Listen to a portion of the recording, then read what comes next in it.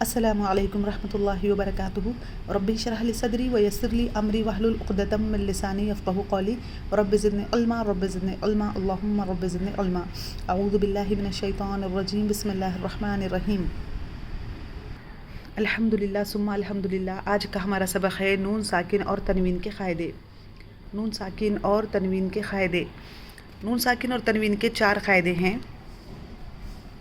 اظہار یعنی کہ بتانا، اظہار کرنا، اخفا یعنی کہ چھپانا، ادغام یعنی کہ ملانا، اور اقلاب یعنی کہ بدلنا۔ نون ساکن اور تنوین کے 4 قاعدے ہیں: اظہار، اخفا، ادغام اور اقلاب۔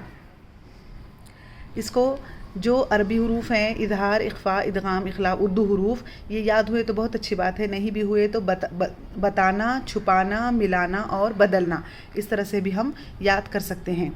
نون ساکن اور تنوین کے بعد کون سا حروف آتا ہے اس کے اوپر ڈیپینڈ ہے کہ کون سا قاعدہ بیٹھے گا، کون سا قاعدہ جائے گا اس کے ساتھ۔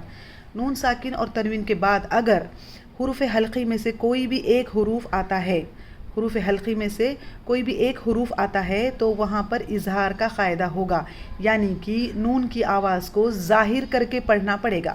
جیسے فار ایگزامپل اگر نون ساکن کے بعد دیکھو جس طرح سے یہاں پر نون ساکن کے بعد آیا ہے ہا، یہ والا ہا آیا ہے حروف حلقی میں سے، تو یہاں پر ہم منہم اس طرح سے پڑھیں گے۔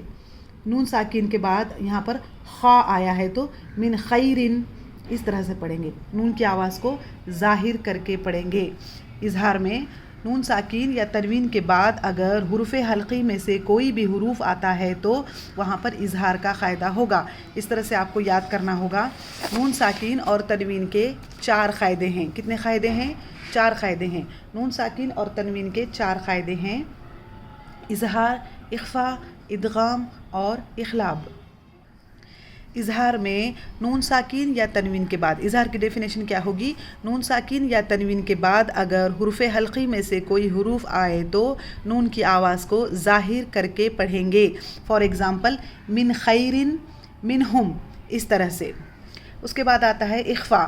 نون ساکن یا تنوین کے بعد اگر حرف اخفا میں سے کوئی حروف آتا ہے تو نون کی آواز کو چھپا کر پڑھنا ہے۔ نون کی آواز کو چھپا کر، کہاں چھپا کر؟ ناک میں۔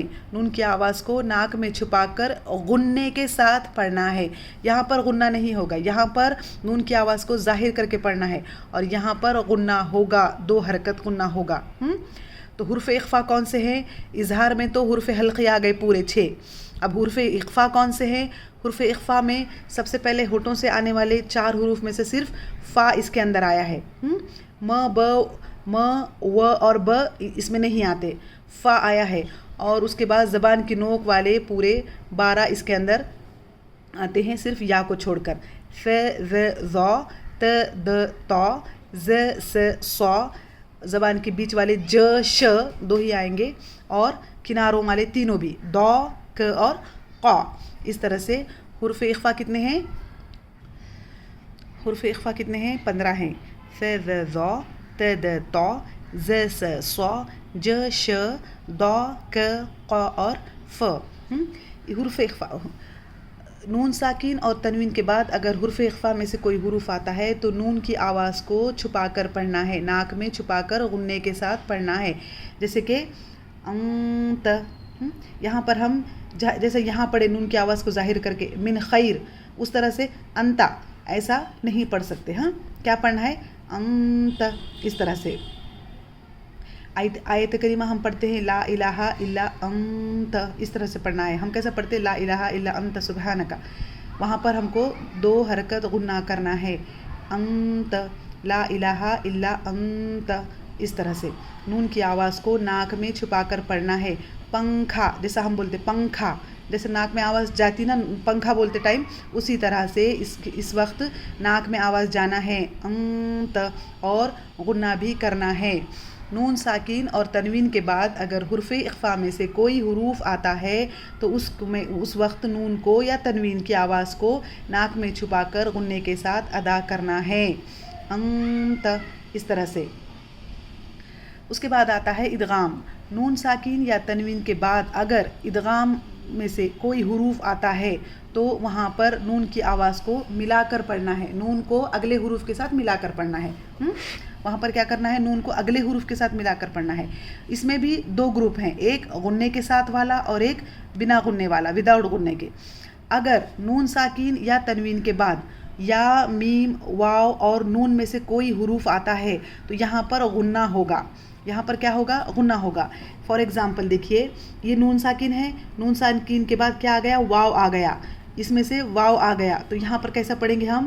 میوں، نون ساکن کو اگلے حروف کے ساتھ ملا رہے ہم، ہاں، میوں ولیین، اس طرح سے ملانا بھی ہے اور غنّہ بھی کرنا ہے، ہاں، ملانا بھی ہے اور غنّہ بھی کرنا ہے، کیونکہ یہ ہے ہی با غنّہ، یعنی کہ غنّے کے ساتھ، وتھ غنّہ۔ یہ جو حروف ہیں یا واو میم نون غنّے کے ساتھ والے حروف ہیں، تو ملا کر غنّے کے ساتھ اس کو پڑھنا ہے۔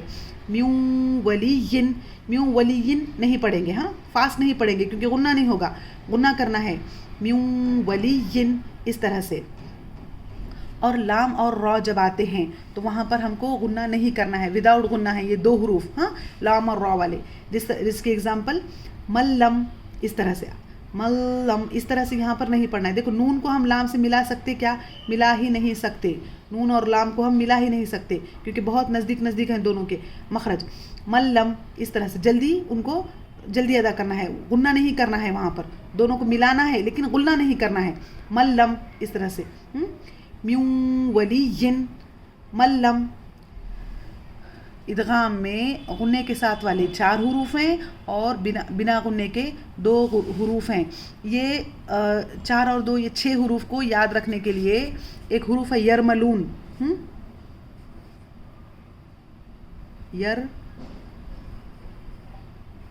یرملون، یرملون آپ یاد کرو، یرملون، ہاں، یا آ گیا، را آ گیا، میم آ گیا، لام آ گیا، واو آ گیا اور نون بھی آ گیا، یرملون۔ ادغام کے حروف کون سے ہیں؟ یرملون، ایک حروف اتنا یرملون، جیسے ہم نے اس کے یاد کرے تھے، قلقلے کے یاد کرے تھے ہم نے، خطب جد، ہے نا، اس طرح سے یہ یرملون ہے، یا را میم لام واو نون۔ یرملون میں سے صرف لا اور رام ایسے، لام اور را 2 ایسے حروف ہیں جس میں غنّہ نہیں ہوگا، باقی والے 4 حروف میں غنّہ ہوگا، یا واو میم اور نون۔ اس میں غنّہ کر بھی نہیں سکتے، ہم ملا سکتے ہیں، صرف غنّہ نہیں کر سکتے، اور اس کے اندر ہم کو ملانا بھی ہے اور غنّہ بھی کرنا ہے، میوں ولیین اور ملم، اس طرح سے۔ اس کے بعد نون ساکن اور تنوین کا آخری قاعدہ ہے اخلاب۔ اخلاب یعنی کہ بدلنا۔ نون ساکن اور تنوین کے بعد جب بھی با آئے تو اس کو ہم کو میم کے ساتھ بدل کر پڑھنا ہے۔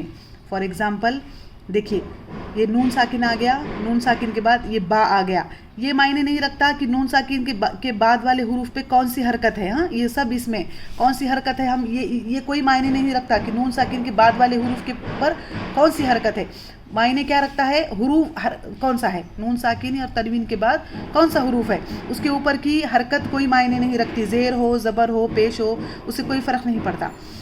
یہاں پر آ گیا نون ساکن اور نون ساکن کے بعد آ گیا با، ہاں، با آیا تو وہاں پر نون ساکن کے بعد جب بھی با آتا ہے تو آٹومیٹک آپ کو وہاں پر چھوٹا سا میم نظر آئے گا، چھوٹا سا میم نظر آئے گا، تو اس کو ہم کیسا پڑھنا ہے؟ نون کی آواز کو ہم کو میم کے ساتھ بدل کر پڑھنا ہے، تم بھی تو، اس طرح سے نون کی آواز کو میم کے ساتھ بدل کر پڑھنا ہے، تم بھی تو، تم بھی تو، اس طرح سے۔ تو یہ ہو گئے نون ساکن اور تنوین کے 4 قاعدے: اظہار، اخفا، ادغام اور اخلاب۔ اظہار یعنی کہ بتانا، اخفا یعنی کہ چھپانا، ادغام یعنی کہ ملانا اور اخلاب یعنی کہ بدلنا۔ نون ساکن اور تنوین کے بعد اگر کوئی حرف حلقی میں سے آئے تو وہ وہاں پر اظہار ہوگا۔ نون ساکن اور تنوین کے بعد اگر حرف اخفا میں سے کوئی حروف آئے تو وہاں پر اخفا ہوگا۔ نون ساکن اور تنوین کے بعد اگر ادغام میں سے کوئی حروف آئے تو وہاں پر ادغام ہوگا، اور اگر نون ساکن اور تنوین کے بعد با آئے تو وہاں پر اخلاب ہوگا۔ انشاءاللہ العزیز ہم آگے کل دیکھتے ہیں ہم اظہار کے حروف، اظہار میں کس طرح سے پڑھنا ہے، اور اس کے ایگزامپل کے ساتھ ہم اگلا سبق کل انشاءاللہ کل کی کلاس میں دیکھیں گے۔ بارک اللہ لی و لکم، جزاکم اللہ خیر، السلام علیکم رحمۃ اللہ وبرکاتہ۔